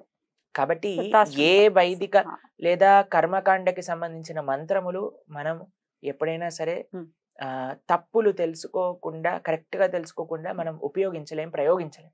కానీ భగవన్నామం ఎటువంటిది అంటే తల్లి లాంటిది. ఇప్పుడు చూడండి, అప్పుడప్పుడు చిన్నపిల్లల్ని మేము మా ఆశ్రమంలో చూస్తుంటాం అనమాట. అమ్మ జుట్టు పట్టుకుని ఇలా లాగేస్తారు. అప్పుడు ఏం చేస్తుంది? అమ్మ పాట్మని కొడుతుందా? ఏమని జుట్టుని సరి చేసేసుకుంటుంది. వాడు చేయి పట్టుకొని ఓయ్ ఇలా ఇలా ఇలా అని మళ్ళీ దగ్గర తీసుకొని ఇలా పెట్టేసుకుంటుంది. ఇటువైపు నుంచి ఇటువైపు తీసుకొని ఇలా పెడుతుంది అనమాట. నేను చూసాను ఇది ప్రత్యక్షంగా. కాబట్టి భగవంతుడి యొక్క నామం తల్లి లాంటిది, శిక్షించదు ఎప్పుడు కూడా. భగవంతుడు ఎప్పుడు శిక్షించడండి. ఒక మా ఆశ్రమంలో ఒకసారి ఒక చిన్న పిల్లవాడిని తీసుకొచ్చారు. ఒక వాళ్ళ అమ్మగారు, దండం పెట్టుకో లేదా కళ్ళు పోతాయి అని. నేను ఆమెనన్నా, దండం పెట్టుకోకపోతే కళ్ళు పోతాయా? మా స్వామి ఏమన్నా సాడిస్ట్ లా కనిపిస్తున్నాడా నీకు అని 1 అరగంట సేపు చెప్పా. భగవంతుడి యొక్క కృప ఎలాంటిది. పిల్లలకి ఇలాంటివన్నీ నేర్పించకూడదండి. కళ్ళు పోతాయి, భగవంతుడు ఇది చేస్తాడు, ఆయన ఏమన్నా చిన్నప్పుడు చెప్తారు తినకపోతే బూచోడు వస్తాడు. అలా దేవుణ్ణి ఏదో మనం దయ్యంలా పోర్ట్రే చేయకూడదు. ఆయన ప్రేమేక మూర్తి. ఆయన ఎటువంటి తప్పులు చూడడు. ఉమ్. కాబట్టి భగవన్ నామంలో, భగవద్ ఆరాధనలో, భగవంతుని ఆశ్రయించడంలో ఎటువంటి తప్పులు ఉన్నా సరే భగవంతుడు మనం ప్రేమతో వినయంతో ఆశ్రయిస్తే వాటన్నిటిని ఆయన కప్పేస్తారు. తప్పకుండా. అయితే ఎలా మొదలు పెట్టమంటారు ప్రభుజీ? అంటే గురుముఖతగా తీసుకోవాలి మంత్రాన్ని అని అంటున్నారు కాబట్టి, మరి ఒకవేళ గురువులు లేరండి, మేము చెయ్యాలనుకుంటున్నాం హరే కృష్ణ నామాన్ని, ఎలా మొదలు పెట్టమంటే ఎలా మీరేం చెప్తారు? మీరు విని ప్రారంభించడానికి ఇదే స్టార్టింగ్ గా మీరు ప్రారంభించవచ్చు. హరే కృష్ణ హరే కృష్ణ కృష్ణ కృష్ణ హరే హరే, హరే రామ రామ రామ హరే హరే. ఈ మంత్రాన్ని చక్కగా మీరు ఎప్పుడైతే విని మీకు జపం చేయాలి అని ఉత్సాహం ఉందో ఆ భగవంతుడి యొక్క పూర్తి కృపగా మీకు ఆ మంత్రం మీకు ఫలించాలి అని ప్రార్థన చేస్తూ చక్కగా మీరు జపం చేసుకోవచ్చు. కానీ ఈ మంత్రాన్ని గురుముఖతగా కూడా పొందాలి. మరి గురువులు లేని సంవత్సరాలు సాధన చేసినప్పుడు ఆ భగవంతుడికి ప్రార్థన చేస్తున్నప్పుడు మనకే వస్తుంది అనమాట. ఇట్లా ఆధ్యాత్మిక గురువులు లేరు పక్షాన్ని ఏం చేయాలి ప్రభుజీ? ఎక్కడ లేరండి, మన భారతదేశంలో లేరా? ఎవరినొకరిని ఆశ్రయించాలి. ఎంతో మంది ఉన్నారు. చక్కగా మనం ఫస్ట్ జపం చేయడం ప్రారంభం చేద్దాం, గీతా భాగవతాదులు వినటం ప్రారంభం చేద్దాం, రామాయణాదులు నేర్చుకోవటం ప్రారంభం చేద్దాం. భగవంతుడు మెల్లగా అందరికీ మార్గాన్ని చూపిస్తాడు. ప్రభుజీ అసలు మన డేని ఎలా స్టార్ట్ చేయాలి ప్రభుజీ? ఫోన్ ని ఛార్జింగ్ పెట్టుకోవటంతో. ఎలా చేస్తున్నావు అని అడగలేదు ప్రభుజీ, ఎలా చేయాలి? ఫోన్ ఎలా ట్రీట్ చేస్తున్నామో మనం కూడా అలానే ఫోన్ కి ఎలా ప్రొద్దున పుట్టే ఛార్జింగ్ పెడుతున్నామో మనం కూడా స్పిరిచువల్ సర్చార్జ్మెంట్ ప్రొద్దున్నే చేసుకోవాలన్నమాట. అందుకే మన బ్రహ్మ ముహూర్తం ముందే లేవాలి అని చెప్తారనమాట. బట్ వాట్ ఇస్ బ్రహ్మ ముహూర్తం? బ్రహ్మ ముహూర్తం అని అంటే సూర్యోదయం కంటే ముందు ఒక గంటన్నర ముందు అనుకోండి. మనకి సూర్యుడు ప్రత్యక్ష దైవము అని అంటారు. సూర్యుడు వచ్చే ముందే we have to be there to greet him అని అంటారు అనమాట. అన్నిటికంటే బెస్ట్ టైం ఏ సాధన చేయడానికైనా సరే బ్రహ్మముహూర్తంలో. అందుకే పిల్లల్ని కూడా ప్రొద్దున లేచి చదువుకో, బాగా బుద్ధికి ఎక్కుతుంది అని చెప్పేవాళ్ళు. అందుకే మేము ఎగ్జామ్స్ టైంలో ప్రొద్దున లేస్తూ చదువుకుంటూ ఉండేవాళ్ళం అనమాట. కాబట్టి morning time is the best time. ఎందుకంటే అది సత్వగుణంలో ఉండే సమయం. కాబట్టి మన డేని ప్రతి ఒక్కటి ఈ ప్రపంచంలో 3 రకాలుగా విభజించున్నారు. ప్రతి ఒక్క వస్తువుని కూడా, ఎన్వైరన్మెంట్ కానీ, ఫుడ్ని కానీ, అసోసియేషన్ని కానీ, పుస్తకాలు, ఏదైనా సరే ఈ 3 మోడ్స్తో ఇన్ఫ్లుయెన్స్ అయి ఉంటుంది. ఒక డే సూర్యోదయం కంటే ముందు మార్నింగ్ టైం ఈజ్ సత్వగుణ ప్రధానం, మధ్యాహ్నం అంతా రజోగుణ ప్రధానం, రాత్రంతా తమోగుణ ప్రధానం. సత్వగుణ ప్రధానమైన సమయంలో సత్వగుణంలో ఉండే పనులు చేయాలి. అంటే ధ్యానము, భగవన్నామ స్మరణ, ఆరాధన, సాధన, అర్చన, చదువు, ఇవన్నీ కూడా మార్నింగ్ సత్వగుణం ఉన్నప్పుడు సాత్వికమైన పని. రజోగుణం సమయంలో రజోగుణి పనులు, అంటే ఆఫీస్కి వెళ్ళటం, మన చదువుకోవటం, లేదా డ్యూటీకి వెళ్ళటం, బిజినెస్ చేయటం, వాట్ ఎవర్ ఇట్ ఇస్. ఒకసారి సూర్యాస్తమయం అయిపోయింది అని అంటే తమో గుణంతో నిండిపోతుంది అనమాట. అప్పుడు తమో గుణానికి సంబంధించిన పని నిద్ర.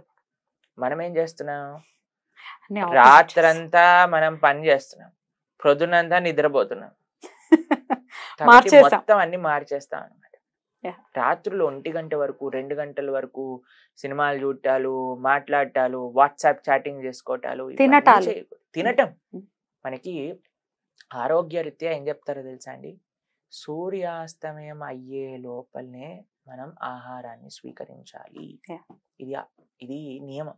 మళ్ళీ నెక్స్ట్ డే మన ఆరాధన అన్ని అయిపోయేసరికి మళ్ళీ తినాలన్నమాట. దీనికి ఒక కొత్త పేరు ఇంటర్మీడియట్ ఫాస్టింగ్ అని. అంటే మనం వీఆర్ డూయింగ్ ఇంటర్మీడియట్ ఫాస్టింగ్ అని అంటే ఇది శాస్త్రం చెప్పిందిరా నాయన. కొన్ని యుగాలుగా మన సనాతన ధర్మంలో ఆచరిస్తూ ఉన్నారు. మేము మా ఆశ్రమంలో 2 సార్లు ప్రసాదాన్ని స్వీకరిస్తాం. ప్రొద్దున పూట 9:30, మధ్యాహ్నం పూట అంటే మనకి మధ్యాహ్నం అనుకోండి, మాకు సాయంత్రం 4:30, 9:30, 4:30. మళ్ళీ next meal is at 9:30 next day. మధ్యలో ఇంకేమి ఆకలేదా ప్రభుజీ? అవసరం ఉండదు. అసిడిటీ ప్రాబ్లం ఏంటి? లేట్ నైట్ తినటం వల్ల అసిడిటీ వస్తుంది. కానీ తొందరగా ఇప్పుడు చూడండి, గ్రైండర్ లో వేసి మనం తిప్పేసిన ఎక్స్ట్రా గ్రైండింగ్ అయింది అనుకోండి, అది మొత్తం వేడెక్కిపోయి భమ్ అని వెళ్ళిపోతుంది. అలా మన పొట్టను కూడా ఏ టైంలో పడితే ఆ టైంలో వేసేసి గ్రైండ్ చేయి నువ్వు అని అన్నావు అనుకోండి, ఇప్పుడు చేసేస్తుంది. కానీ అది ఆగాలి అన్న సమయానికి ఆగిపోతుంది. అప్పుడు మనకు కష్టం అవుతుంది అనమాట. కాబట్టి ప్రతి ఒక్క దానికి మనం విలువనివ్వాలి. పాపం అది పని చేస్తుంది కదా అని దాన్ని ఓవర్ వర్క్ చేయించకూడదు అనమాట. అందుకే చెప్తారు మనకి, ఒకసారి తినేవాడు యోగి, 2 సార్లు తినేవాడు భోగి, 3 సార్లు తినేవాడు రోగి అని అంటారు అనమాట. కానీ మనం 5, 6, 7, 8 సార్లు తినేస్తున్నాం. జీవితం అవుతుంది యాగి. కాబట్టి పాపం శాస్త్రం మనంతా దూరం వరకు ఆలోచించలేదు 8 సార్లు తినేవాడు ఎవరు అని. కాబట్టి పాపం 3 సార్లకే భోగి అని చెప్పేసింది, రోగి అని చెప్పేసింది. కాబట్టి we have to have control on what we do, విచక్షణ. What we do, what we eat, whom we associate with, what we read, what we see, what we talk, what we hear. అన్ని చెయ్యొచ్చు, అన్ని మూసుకొని మనం ఏదో హిమాలయాకి పారిపోండి అని చెప్పట్లేదు. ఈ ప్రపంచంలోనే ఉండాలి, అందరితో ఉండాలి. కానీ ఏది మనకి మంచిది, ఏది మనకి చెడు, ఇంత విచక్షణ ఉంటే సరిపోతుంది. కాబట్టి ఒక క్వశ్చన్ అడుగుతారు ప్రభుజీ, సారీ టు ఇంటరప్ట్, కానీ అడిగేస్తేనే బెటర్, మళ్ళీ మర్చిపోతాం. నాన్ వెజ్ తిని గుడికి వెళ్ళిపోవచ్చా? ఫుడ్ విషయంలో ఉన్నాం కాబట్టి నాన్ వెజ్ తిన్న తర్వాత మంత్రాలు చదవచ్చా, గుడికి వెళ్ళొచ్చా, ఇట్లాంటి ప్రశ్నలు అడుగుతారు. అసలు నాన్ వెజ్ తినకూడదు. తిన్నాక వెళ్ళొచ్చా, తిన్నాక చదవచ్చా, అది వేరే విషయం. There is no point in eating. చనిపోయిన వస్తువుని ఏమంటారు? శవము అని అంటారు. ఆ శవాన్ని శరీరంలోకి, శవం వెళ్ళే ప్రదేశాన్ని శ్మశానము అని అంటారు. చనిపోయిన ఏ పదార్థం అయినా సరే ఈ శరీరానికి, భగవంతుడి యొక్క ఆలయ స్వరూపమైన ఈ శరీరంలోకి ఒక డెడ్ బాడీని పంపించి శ్మశానం చేసుకోకూడదు. మనము అందరి యొక్క హృదయంలో పరమాత్మగా భగవంతుడు ఉన్నాడు. సర్వస్వ చాహం హృదయ సన్నివిష్టం. భగవంతుడు పరమాత్మగా ఉన్నది ఒక పవిత్రమైన ఆలయం. అటువంటి పవిత్రమైన ప్రదేశంలో పాడు చేసేసుకొని ఇంకో ప్రదేశానికి వెళ్ళి పాడు చేయటం అనేది ఉండదు అనమాట. చాలా అతి తెలివితో, మరి కూరగాయలకు కూడా లైఫ్ ఉంది కదా, వాటిని కూడా చంపేయడమే కదా అని అడుగుతారు ప్రభుజీ. కూరగాయలకి లైఫ్ ఉంది అంటే నువ్వు కట్ చేస్తుంటే బీరకాయ ఎగిరిపోతూ గట్టి గట్టిగా అరుస్తూ నన్ను చంపేయని పారిపోతూ, బీరకాయ ఎప్పుడైనా మీరు తొక్క తీసేటప్పుడు అది ఇట్లా అని ప్లాట్ఫామ్ కిందికి వచ్చేసి గిలిగిల్లు ఆడిపోతూ చూసారా మీరు ఎప్పుడైనా? బెండకాయ ఎప్పుడైనా, బెండకాయ లోపల నుంచి రక్తం రావటం చూసారా మీరు ఎప్పుడైనా? ఎప్పుడైనా టొమాటోని కట్ చేస్తుంటే మీకు ఏదైనా అది గట్టిగా ఏడవటం కనిపించిందా? కూరగాయలు ఏడవటం కనిపించిందా? లేదు కాబట్టి ఫీలింగ్ లేదు అని అంటారా అని అంటే అడిగే వాళ్ళకి సమాధానం. దీనికి కూడా శాస్త్రం ప్రమాణం.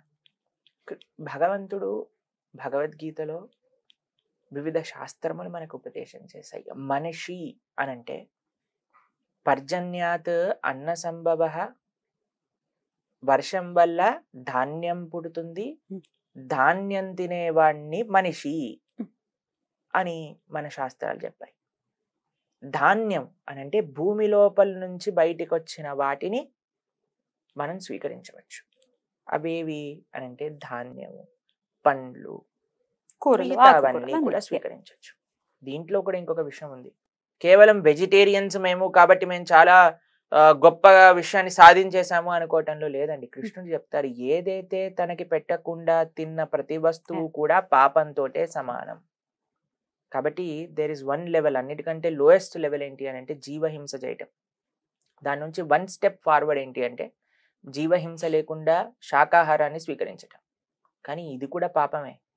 అన్నిటికంటే పాపము లేకుండా మనం ఉండాలి అని అంటే భగవంతుడికి అర్పణ చేసి ప్రసాదాన్ని స్వీకరించాలి. కాబట్టి జీవహింస చేయకూడదండి. ఇప్పుడు చూడండి, భగవంతుడు సృష్టి చేసింది కేవలం మనుషులనేనా? ప్రతి ఒక్క జీవరాశిని ఆయనే సృష్టి చేసినప్పుడు ఆయన అందరికీ జగత్పిత, జగత్పతి ఆయన. కాబట్టి ఒకళ్ళని మనం బాగా చూసుకుంటూ ఇంకొకరిని ఇబ్బంది పెడితే భగవంతుడు ఎప్పటికీ కూడా మన ఆరాధన స్వీకరించడు. ఎవ్వరూ కూడా స్వీకరించరు. భగవంతుడు సుహృదం సర్వభూతానాం అని అన్నారు. అన్ని జీవరాశులకు కూడా నేను బెస్ట్ ఫ్రెండ్ని అని అన్నారు అనమాట. అన్నిట్లో ఉన్నాను అని కూడా అన్నాడు. ఉన్నారు, ఆయనే బెస్ట్ ఫ్రెండ్, ఆయనే క్రియేట్ చేసింది. ఎగ్జాక్ట్లీ. కాబట్టి మాంసాహారానికి ఆధ్యాత్మికతకి సంబంధం లేదు అని ఇప్పుడు కొంతమంది నానుడి చేస్తున్నారన్నమాట. మాంసాహారానికి ఒక జీవహింస, ఎలా జీవహింస చేయగలుగుతారో ఫస్ట్ ప్రశ్న. భగవంతుణ్ణి అందరిలో చూసిన వాడు ఎలా హింస చేయగలుగుతాడు? బ్రాహ్మణే గభిహస్తినే సునీచైవ స్వపాకేచ పండిత సమదర్శన అని కృష్ణుడు భగవద్గీతలో చెప్పినప్పుడు, అహం బీజ ప్రదా ప్రిత, అందరికీ నేనే తండ్రిని అని చెప్పినప్పుడు జీవహింస యొక్క ప్రస్తావనే రాకూడదు అసలు మన దగ్గరికి. Right. కానీ కొంతమంది ఆధ్యాత్మికత పేరుతో కూడా కేవలం కొంతమంది తినకపోతే సరిపోయింది, మిగతా వాళ్ళందరూ తినొచ్చు అని ఇలాంటి మాటలు మాట్లాడుతూ ఉన్నారు. చాలా బాధాకరమైనది. ఎఫోర్డ్ చేయలేని వాళ్ళు తింటారు, అలా రెస్ట్రిక్ట్ చేయకూడదు ఫుడ్ విషయంలో అని కొంతమంది సెక్యులర్స్ మాట్లాడేటటువంటి విషయాలు. ఎఫోర్డ్ చేయలే, పప్పులు ఉప్పులు ఎఫోర్డ్ చేయలేని వాళ్ళు మాంసం తింటారు. అది ఇంకా ఏ మాంసం తింటారో ఎఫర్ట్ చేయలేకుండా వేరే ప్రాణిని చంపేస్తా అనే consciousness tomorrow it can go. నా సుఖం కోసం నేను ఎవరిని ఏదైనా చేస్తా. ఇదేదో డిఫరెన్స్ కాదండి, it is the same consciousness.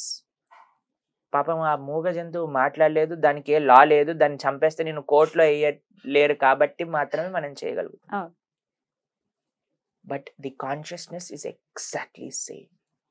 మన యొక్క ఇంద్రియ తృప్తి కోసం జీవహింస చెయ్యరాదు. శాస్త్రములలో ఎన్నోసార్లు చెప్పి ఉన్నారు ఈ విషయాన్ని. కృష్ణుడు భగవద్గీతలో ఎన్నో చోట్ల అహింస అనే పదాన్ని యూజ్ చేశారు. అహింస పద్ధతిలోనే ఉండాలి. అహింస అంటే ఇప్పుడు ఏం చేయాలి అంటే మనం ఇప్పుడు ఏం చేయలేదు కొంతమంది అంటారనమాట. చాలా కొంతమంది అటాచ్డ్ పీపుల్ ఉంటారు కదా, వాళ్ళ ఆర్గ్యుమెంట్స్ చూస్తే చాలా మనకి ఇదేస్తుంది అనమాట. ఏమంటారు తెలుసా, అహింస అంటే మరి మీరు కార్లలో తిరుగుతున్నారు, మరి మీరు వంట చేసుకుంటున్నారు, అప్పుడు హింస జరగదా? డెఫినేషన్ ఆఫ్ అహింస ఈస్ తెలిసి హింస చెయ్యకు. తెలియకుండానే ఎన్ని అయిపోతున్నాయండి. బిల్డింగ్ కట్టినప్పుడు ఎన్ని ప్రాణాలు చనిపోతున్నాయి, మనం గాడిలో వెహికల్లో వెళ్తున్నప్పుడు ఎన్ని చేస్తున్నాము, వంట చేసేటప్పుడు కూరగాయలు తీసుకునేటప్పుడు ఎన్నో మనం పెస్టిసైడ్స్ అని వాటిని వీటిని ఎన్నో రకాలుగా ఇబ్బంది పెడుతున్నాం. ఎంతో మందిని మనకు తెలియకుండానే చంపేస్తున్నాం. కానీ తెలిసి చెయ్యకూడదు. మాంసహ అని అంటారు. అంటే మనం దేనైతే స్వీకరిస్తున్నామో అదే బాధ మళ్ళీ మనకి రాబోతుంది. ఇది తథ్యం. కాబట్టి we should not be attached to eating.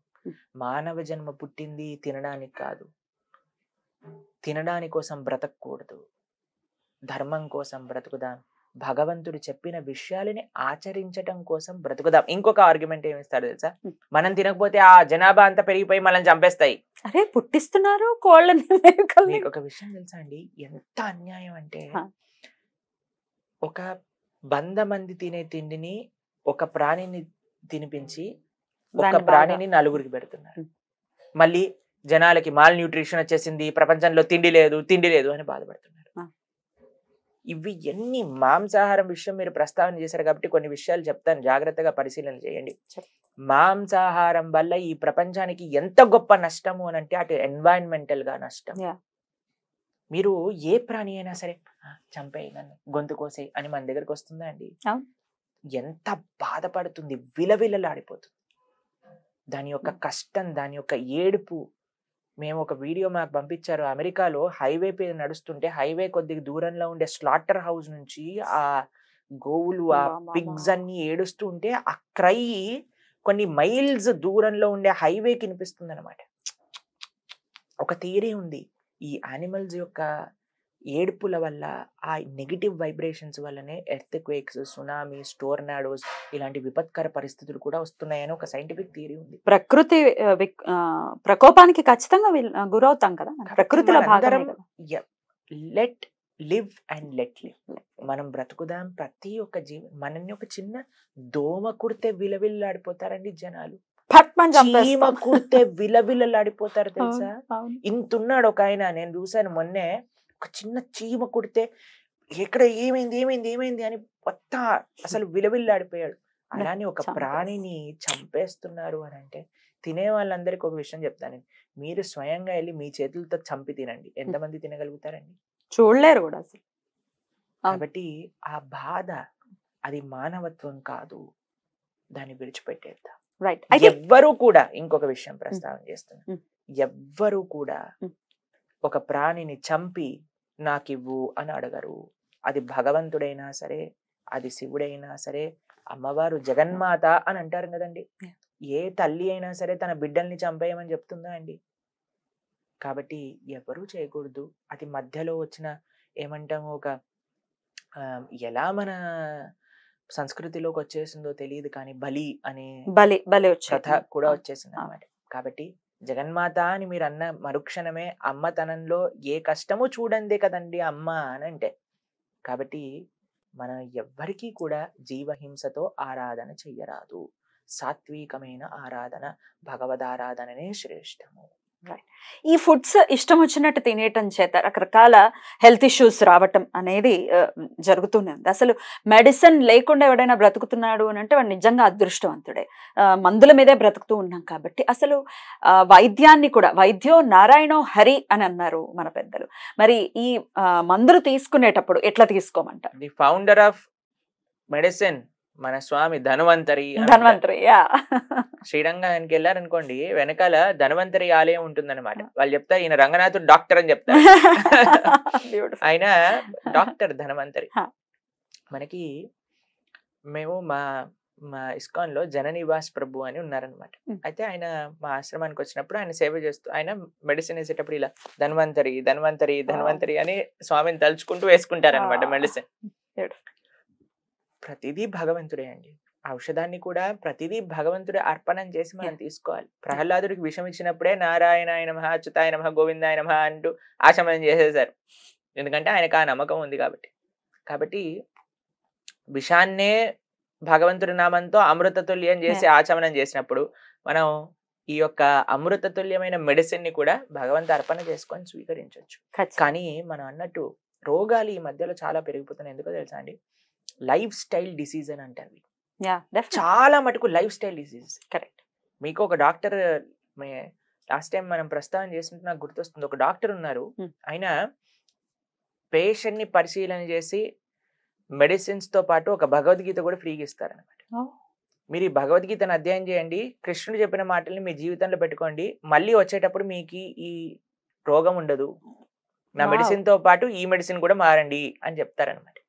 ఆయన వీడియో కూడా ఉంది ఇంటర్నెట్ లో. మేము ప్రత్యక్షంగా చూసాం ఆ వీడియో. అప్పుడు మాకు ఈ విషయం తెలిసిందనమాట. ఎందుకు అని అంటే లైఫ్ స్టైల్ ప్రాబ్లమ్స్ ఇవన్నీ. ఈ లైఫ్ స్టైల్ చేంజ్ చేయటమే, లైఫ్ స్టైల్ మేనేజ్మెంట్ నేర్పించేదే గీత.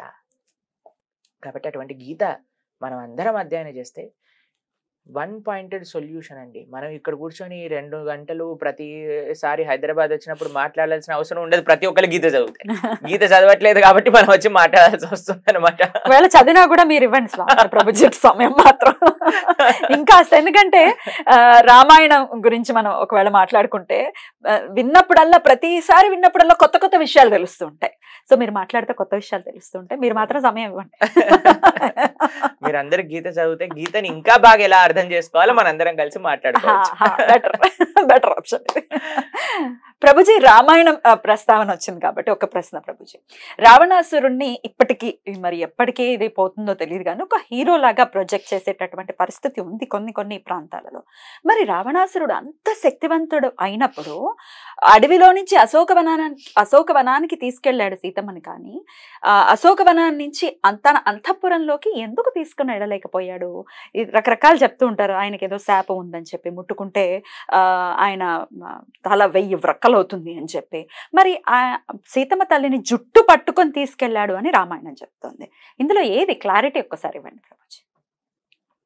దుష్టత్వానికి పరాకాష్ఠ అనమాట రావణాసురుడు. వాడి అంత ఎక్స్ప్లాయిటేటివ్ మెంటాలిటీ ఉన్న వాళ్ళు ఇంకొకరు లేరు. కరెక్ట్. ఇప్పుడు శూర్పణఖ, రావణాసుడు ఏమి సీతమ్మ తల్లి దగ్గరికి రామలక్ష్మణ్ పైన యుద్ధానికి శూర్పణఖ పైన ప్రేమతో రాలేదు. శూర్పణఖ వెళ్ళి అక్కడ ఒక అందమైన స్త్రీ ఉంది, సీత ఆమెను పట్టుకొని రా అని అంటే, ఇంతమంది స్త్రీలతో ఉన్నవాడు కూడా అందరిని పక్కన పెట్టేసి సీతమ్మ కోసం ఇంకొక అన్వేషణ ప్రారంభం చేశాడనమాట. ఆ దుర్మార్గం అక్కడే తెలిసిపోతుంది. ఒక వాడుండే ప్రదేశాన్ని కూడా దొంగతనం చేసి తెచ్చుకుంది, విమానాన్ని దొంగతనం చేసి తెచ్చుకుంది. అంతా దొంగతనం చేసిన ఆస్తిలో ఎక్కడెక్కడో ఉండే స్త్రీలందరినీ కూడా తెచ్చిపెట్టుకొని వాళ్ళందరినీ కూడా ఎక్స్ప్లాయిట్ చేస్తూ, వాడెంత దుర్మార్గుడో చెల్లి శూర్పణఖ కూడా అంతే దుర్మార్గురాలు. వీళ్ళిద్దరు కాంబినేషన్ బాగా సెట్ అయింది వాళ్ళిద్దరికి. కానీ ఇప్పుడు శూర్పణఖని రావణాసుడిని హీరో చేసే వాళ్ళ యొక్క మెంటాలిటీ ఐదర్ వాళ్ళు శూర్పణఖ ఫ్రెండ్స్ అయినా అయి ఉండాలి, లేదా రావణాసుడి యొక్క రిలేటివ్స్ అయినా అయి ఉండాలి. వీళ్ళిద్దరు తప్ప ఇంకెవ్వరు వాడిని సపోర్ట్ చేయరు.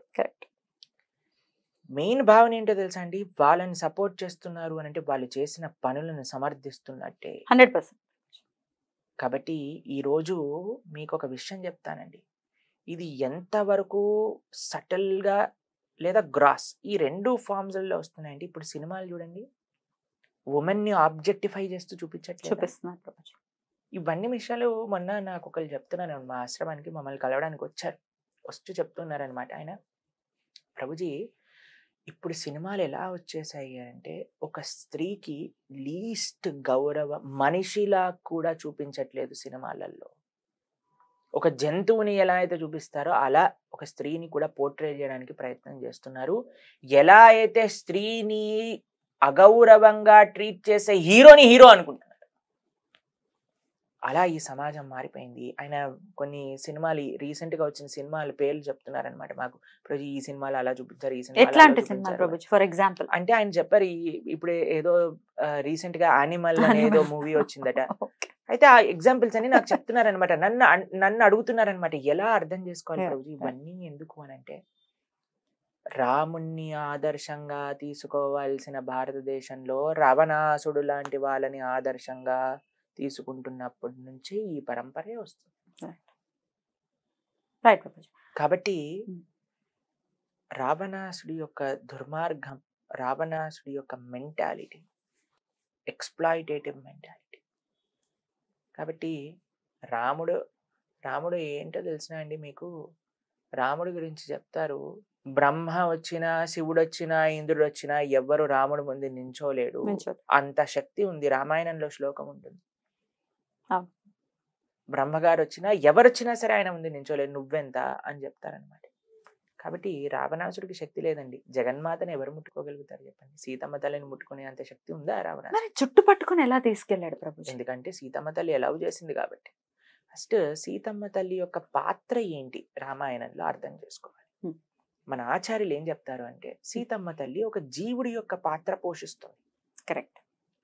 ఇప్పుడు ఏం నేర్పిస్తుంది సీతమ్మ తల్లి? ఫస్ట్ భగవంతుడే మన దగ్గర ఉన్నప్పుడు మనం చేసే తప్పు ఇది. ఎంత పెద్ద తప్పు చేస్తున్నాము మనం, ఇంత కోరికల గురించి మాట్లాడుకుంటున్నాం చూసావా, భగవంతుడే మన దగ్గర ఉన్నాడు. సీతమ్మ తల్లి దగ్గర రాముడు ఉన్నాడు, నాకు జింక కావాలి అనంది, భగవంతుడు దూరం అయిపోయాడు. ఒక భౌతికమైన కోరిక భగవంతుని దూరం చేస్తుంది. సరే, ఆ తప్పు అయిపోయిందా? రెండవ తప్పు, భగవంతుడు వెళ్ళిపోయినా సరే ఆచార్యుడు ఒక గురువు లక్ష్మణ స్వామి యొక్క స్వరూపంలో ఉన్నాడు. మనమే సీతమ్మ తల్లి ఏం చేస్తుంది? గురువుని నిందిస్తుంది. ఇప్పుడు మన వాళ్ళకండి రెస్పెక్ట్ లేదు. ఆధ్యాత్మిక, ఎంత వయసులో పెద్దవాళ్ళైనా సరే, ఆధ్యాత్మిక మార్గంలో ఉన్న వాళ్ళైనా సరే, సాధువుల పట్ల కూడా రెస్పెక్ట్ ఉండదండి. జనాలు ఎలా మాట్లాడతారంటే, ఎంత గర్వం ఉంటుందంటే, మనము కొన్నిసార్లు వీడియోస్ చేసుకున్నప్పుడు మీరు చూసి ఉంటారు ఎలా మాట్లాడతారని. అది వాళ్ళకి ఎంత పెద్ద ఆపదలో వాళ్ళని పడేస్తుంది అని వాళ్ళకి అర్థం కావట్లేదు అనమాట. ప్రశ్నించాలి, ప్రశ్నించడం మన సనాతన ధర్మంలో ఒక భాగమే. పరిప్రశ్నేన సేవయ, కానీ గర్వంతో అడగకూడదు, వినయంతో అడగాలి. అయితే మన సాధువుల్ని దూషించింది సీతమ్మ తల్లి, లక్ష్మణ స్వామిని నిందించింది, గురువు దూరం అయిపోయాడు, గురువు చూపించిన హద్దు దాటింది, రావణాసుడు ఎత్తుకెళ్ళిపోయాడు. కాబట్టి ఒక జీవుడికి అమ్మ కృప అది. సీతమ్మ తల్లి చేసిన మహోత్కృష్టమైన ఉపకారం ఈ లోపానికి ఏంటి అంటే, స్వయంగా తాను ఆ కష్టాన్ని పొంది ఈ తప్పు చెయ్యకూడదు అని లోకానికి నిరూపణ చేసింది అనమాట. సీతమ్మ తల్లి యొక్క కృప, ఆవిడ యొక్క స్వ ఇచ్ఛతో రావణాసుడు సీతమ్మ తల్లిని ముట్టుకునే అంత శక్తి ఉన్నవాడా? ఎప్పటికీ కాదు. కాబట్టి అందరూ కూడా భగవంతుడి యొక్క దాసులం అనే విషయాన్ని తెలుసుకొని, ఈ చెడు చెడు ప్రవర్తనలు, చెడు హీరోస్, చెడు ఐడియల్స్, రావణాసుడిని ఎంతైతే మా ఆదర్శము అని చెప్పటం ఎంతైతే తప్పో, ఈ ప్రస్తుత సమాజంలో ఒక స్త్రీని అగౌరవంగా చూపించే వాళ్ళు, ఒక మాతృమూర్తిని అగౌరవంగా చూపించే వాళ్ళు, ధర్మ విలువలన్నింటినీ వక్రీకరించి చూపించే వాళ్ళు. ఇప్పుడు ప్రతి ఒక్కడు ఎవరి సినిమా చూసినా సరే మన దైవ ఆరాధన మూర్తులకి వెకిలి చేయటం, వాళ్ళపైన సెటైర్లు వేయటం, అలాంటివే కదండి సినిమాలన్నీ కూడా. ఓ మై గాడ్ అని ఏవో సినిమాలు వచ్చాయి కదా, వాటన్నిటి జీకే ఫర్ పీకే, ఇవన్నీ సినిమాలన్నీ పీకే సినిమా అని. PK. ఎందుకు ఈ రెండు నాకు ఎలా తెలుసు అంటే, చైతన్య చరణ్ ప్రభు అని మా భక్తులు ఒక ఆయన ఉన్నారనమాట. ఆయన ఈ 2 సినిమాలకి కూడా కౌంటర్ పుస్తకాలు రాశారు. అయితే GK for PK GK for PK ఆయన అందుకే నాకు జీకే ఫర్ పీకే వచ్చింది. ఆ పుస్తకం బ్రహ్మాండమైన పుస్తకం అండి. మీరు చదవచ్చు. అమెజాన్ లో, నాకు తెలిసి ఫ్లిప్కార్ట్ లో, spiritualscientist.com లో అవైలబుల్ గా ఉంటుంది. జీకే ఫర్ పీకే అనమాట. ఆ పుస్తకం చదివితే అసలు వాడి సినిమాలలో ఏమేం చూపించారో వాటన్నిటిని ఎలా రిఫ్యూట్ చేస్తారు. తర్వాత ఓ మై గాడ్ అని ఒక సినిమా వచ్చిందండి. దానికి FAQs on oh my god అని, అది కూడా చాలా బ్యూటిఫుల్ గా ఈసారి దానికి సంబంధించిన డ్రామా కూడా చేశారు మా భక్తులు అనమాట టెంపుల్ లో. అయితే అవన్నీ ఆన్లైన్ లో ఉన్నాయి, చూడొచ్చు. కాబట్టి మనకి తెలియదు కాబట్టి ఎవడు ఏం మాట్లాడినా సరే మనం ఒప్పుకుంటున్నాం. కాబట్టి మనం ఎప్పుడైతే వినయంగా తెలిసిన వారి దగ్గర నుంచి వింటామో అప్పుడు అన్ని డౌట్స్ క్లియర్ అవుతాయి. అలాగే ఆ శాపం కూడా ఉందా ప్రభుజీ రావణాసురుడికి? వేదవతి స్థాపం ఇచ్చింది అని చెప్తారు. యాక్చువల్ గా వేదవతి శిరస్సు పట్టుకొని లాగినప్పుడు ఎవరైతే నువ్వు పట్టుకుంటావో అప్పుడు నువ్వు సంహారం అయిపోతుంది. అంటే ఇష్టం లేకుండా ఒకవేళ ఇష్టం లేకుండా కరెక్ట్ ముట్టుకుంటే వేదవతి శాపం గురించి చెప్తారు రామాయణం. అద్భుతం. అయితే ప్రభుజీ రామాయణంలో ఇంకొక ఇప్పుడు బయట బాగా హల్చల్ చేస్తున్నటువంటి టాపిక్, రాముడు మాంసం తిన్నాడా, రాముడు మాంసం తిన్నాడు అని ఒక వర్గం, తినలేదు అని ఒక వర్గం. అసలు క్లారిటీ ఏంటి? రాముడు అయోధ్య నగరం నుంచి అరణ్యవాసానికి వెళ్ళేటప్పుడు నేను ముడి కట్టుకొని, నారచీర కట్టుకొని, కంద మూలాలు ఫలములు మాత్రమే స్వీకరిస్తాను అని ఒక ప్రతిజ్ఞ చేశారనమాట. రాముడు మాట తప్పేవాడు అనుకుంటున్నారా మీరు? ఒక్కనాటికి అనుకో. ఎప్పుడు ఆయనకి మాట కోసమే ఆయన ఏదన్నా చేసింది రామాయణంలో. కాబట్టి అటువంటి స్వామి ప్రతిజ్ఞ చేశాక ఆ బాట వీరుతారా? వీళ్ళు చూపించే ప్రమాణాలన్నీ అరణ్యవాసంలో చేశారు అని. కానీ అయోధ్యాకాండలోనే అయోధ్య నగరం వెళ్ళక ముందే ఆయన ప్రతిజ్ఞ చేసినప్పుడు ఇంకా అరణ్యకాండలో లేదా కిష్కింధాకాండలో ఆయన మాంసాహారం స్వీకరించే ఒక ప్రస్తావన మనకు ఉండదు. జింక మాంసాన్ని తెచ్చుకున్నారు, దాన్ని పచనం చేసి తిన్నారు, ఇట్లాంటి ప్రస్తావన మరి వాల్మీకి రామాయణంలో ఉంది అనేది పెద్ద పెద్ద ప్రవచనకారులే చెప్తూ ఉన్నారు. కానీ వాళ్ళు అంటున్నారు, కానీ ఏ ప్రామాణికమైన శ్లోకం కనిపించట్లేదు. వాళ్ళు ఏ రామాయణం నుంచి పట్టుకొచ్చి చెప్పారో కొన్ని శ్లోకాలు చెప్తారు కానీ జనాలు, కానీ అసలు రామాయణంలో ఉందా అంటే చాలా. ఈ విషయం కూడా మాకు ఎప్పుడైతే ఆ సినిమా గురించి ప్రస్తావన చేశారో ఆయనే ఈ విషయాన్ని కూడా ప్రస్తావన చేశారనమాట. ప్రభుజీ ఇలా నడుస్తుంది ఒక సినిమాలట. ఏ సినిమా పేరు?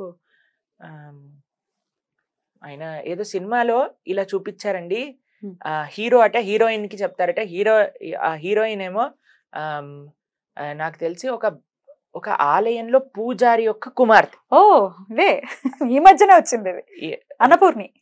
రీసెంట్ సినిమానా? అయితే ఈ సినిమాలో ఒక హీరో అట హీరోయిన్ కి చెప్తారట, రామాయణంలో రాముడు తిన్నాడనుంది, క్షత్రియ ధర్మం. దాని తర్వాత ఇంకొకటి భక్త కన్నప్ప శివుడికి పెట్టాడు అని ఉంది, కానీ శివుడు వచ్చి తిన్నాడు అని ఉందా అండి? ఇన్నోసెన్స్ కి ఇది ఉన్నప్పుడు ఇప్పుడు కళ్ళను కూడా పెట్టాలి, మీరు కూడా పెట్టండి. కళ్ళు మాంసంతో పాటు కళ్ళు పెట్టండి, కళ్ళను పెకిలించి పెట్టేయాలి, నేత్రాలను పెట్టండి. కరెక్ట్. కాబట్టి అంత ప్రేమ అంత భక్తి ఉందా? కాబట్టి ఇలాంటి ప్రమాణాలు, ఎందుకంటే మనం అందరికంటే ఫూలిష్ పీపుల్ కాబట్టి మనల్ని ఎవరినైనా ఫూల్ చేయొచ్చు. కానీ మనకే ఆ ఇంటెలిజెన్స్ ఉంటే, మనకే ఆ శాస్త్రం విషయాలు తెలుస్తాయి, ఎవ్వడు మనల్ని ఏమనలేడు. కాబట్టి రాముడు మాంసాహారాన్ని స్వీకరించలేదు. అది రామాయణ ప్రతిష్ట. ఎందుకంటే మనకి మిగతా శాస్త్రంలో చెప్పింది ఏంటి అంటే, రఘుకులంలో ఎవరు కూడా మాంసాహారాన్ని తినలేదు అని చెప్తారు. మనంగా చెప్పింది పెద్ద పెద్ద జగద్గురువులు. రామానంది సాంప్రదాయంలో జగద్గురువులైన తులసి పీఠం యొక్క అధిపతులైన రామభద్రాచార్య స్వామి వారు, ఎవరైతే అయోధ్య రామ మందిరం కేసులో రామ జన్మభూమి యొక్క ప్రతిష్ట ఆ ప్లేస్ లోనే రాముడు పుట్టింది అని నిరూపించారు. ఆయనకి నేత్రాలు లేవు తెలిసిన, కానీ 4 లక్షల శ్లోకాలు కంఠస్థమై. అటువంటి గొప్ప మహానుభావులు వింటామా, లేదా ఏ శాస్త్రం అధ్యయనం చేయని అటు ఇటు వెళ్లే రోడ్డు పైన వెళ్లే వాళ్ళ మాటలు వింటామా? మనకి గురువులే ప్రమాణం. ఇంకో విషయం చెప్తానండి, భగవంతుడు సృష్టికర్త. ఆయనకి ఇప్పుడు మేము ఈ ఎగ్జాంపుల్ ఇస్తూ ఉంటాం. ఒక చీఫ్ మినిస్టర్ ఒక సిగ్నల్ దాటేసి కాన్వాయ్ వెళ్ళిపోయింది అనుకోండి, మనం కూడా వెళ్తామంటే మనల్ని పట్టుకొని జైల్లో పడేస్తారు, ఆ వెహికల్ తీసేసుకొని వెళ్ళిపోతారు. ఆయన వెళ్తే ఆయన ఎందుకు వద్దన్నావు? ఆయన చీఫ్ మినిస్టర్, నువ్వు నార్మల్ ప్రజ. ఒక్కొక్కళ్ళకి ఒక్కొక్క ధర్మం అంటూ ఉంటుంది. మీకు ఒకటి తెలుసా, క్వీన్ ఎలిజబెత్ కి పాస్పోర్టే ఉండదట. ఆవిడ ఏ కంట్రీకి కావాలంటే ఆ కంట్రీకి వెళ్ళిపోవచ్చట. నేను కూడా పాస్పోర్ట్ లేకుండా వెళ్తాను అని అంటే ఫస్ట్ నేను తీసుకెళ్లి జైల్లో పడేస్తాను. ఆవిడ సర్వ స్వతంత్రాలా? అట ఆవిడకి ఆ రూల్ వర్తించదట. కాబట్టి మనకి అలా కుదరదుగా. మనం కూడా నేను కూడా పాస్పోర్ట్ తీసుకెళ్ళను, నాకు కూడా వీసా అక్కర్లేదు అని వెళ్తే ఎక్కడికి వెళ్ళవు. కాబట్టి పోలిక ఆయన చేశాడని నేను చేస్తాను అని అంటే పులిని చూసి నక్క బాత పెట్టుకున్నట్టు. కరెక్ట్. కాబట్టి ప్రతి దానితో భగవంతుడితో కంపారిజన్ చేయాల్సిన అవసరం లేదండి. ప్రతి ఒక్కటి భగవంతుడితో కంపారిజన్ చేయాలంటే అన్ని విషయాలలో కంపారిజన్ చేయాలి, ఒక విషయం సెలెక్టివ్ గా ఉండకూడదు. కాబట్టి మనందరం ఆచరించాల్సింది ఏంటి అంటే, అందుకే ఇవన్నిటినీ కూడా రీకన్సైల్ చేస్తూ గీత మనకి ఒక మానవ జన్మకి ఒక మాన్యువల్ గా మనకు అందించారు. ఆ గీతను అధ్యయనం చేసి గీతలో ఉండే ప్రిన్సిపల్స్ ఏవైతే అహింస ఇటువంటి ప్రిన్సిపల్స్ ఉన్నాయో వాటిని ఫాలో చేస్తే మనకు సరిపోతుంది. ఇప్పుడున్న సమాజంలో మనం చాలా చూస్తూ ఉన్నాము, భార్యాభర్తల సంబంధం అనేది ఎంత అంటే చిన్న చిన్న ఈగోస్ కి తృణప్రాయంగా రిలేషన్ ని వదిలేయటం అనేది చూస్తూనే ఉన్నాం. రామాయణాది గ్రంథాలు లేకపోతే అలాంటి ఇతిహాసాలు మనకి చెప్పాయి ఎలా సంస్కరించుకోవాలి. మానవ జన్మ ఎత్తిన తర్వాత తప్పులు జరుగుతూ ఉంటాయి. అహల్యని ఎలా సంస్కరించుకున్నారు గౌతముడు అనేది అది మనకి నీతిని చెప్తుంది. ఒకవేళ తప్పు చేసినా నువ్వు ఇందులో ఉండి ఆ తప్పు నుంచి ప్రత్యామ్నాయం ఏదైతే ఉందో తపస్సు ద్వారా చేసుకో అని చెప్పి సంస్కరించుకున్నాడే తప్ప గౌతముడు అహల్యని వదిలేయలేదు. దీని గురించి ఒక్కసారి చెప్పండి ప్రభుజీ, ఇలా వదిలేయటాలు గురించి ఒక్కసారి. Nobody is perfect in this world. We are not perfect and it is not a license to do anything bad. Definitely. రెండింటిని మనం just know what is గృహస్థాశ్రమం అంటే ఏంటి. గృహస్థాశ్రమం అంటే కేవలం ఎంజాయ్మెంట్ కోసం చేసే పని కాదు. గృహస్థాశ్రమం అంటే ఇంత పెద్ద బాధ్యత. It's a responsibility. It's a life of sacrifice. It's a life of adjustment. Correct. It's a life of service. It's not a life of enjoyment. గుర్తుపెట్టుకోండి. ఈ విషయాలు రామాయణ అంతర్గతంగా మన శాస్త్ర అంతర్గతంగా నేర్చుకుంటే then our life will be successful. Hare Krishna. చాలా beautiful గా చెప్పారు ప్రభుజీ. Thank you so very much ప్రభుజీ. ఇంకా బోల్డ్ అని ప్రశ్నలు ఉన్నాయి ప్రభుజీ, కానీ సమయమే. మళ్ళీ ఈసారి వచ్చినప్పుడు తిరిగ్గా చేసుకుందాం, ఇవన్నీ కంప్లీట్ చేద్దాం. Thank you so very much ప్రభుజీ. Thank you. నమస్తే. హరే కృష్ణ.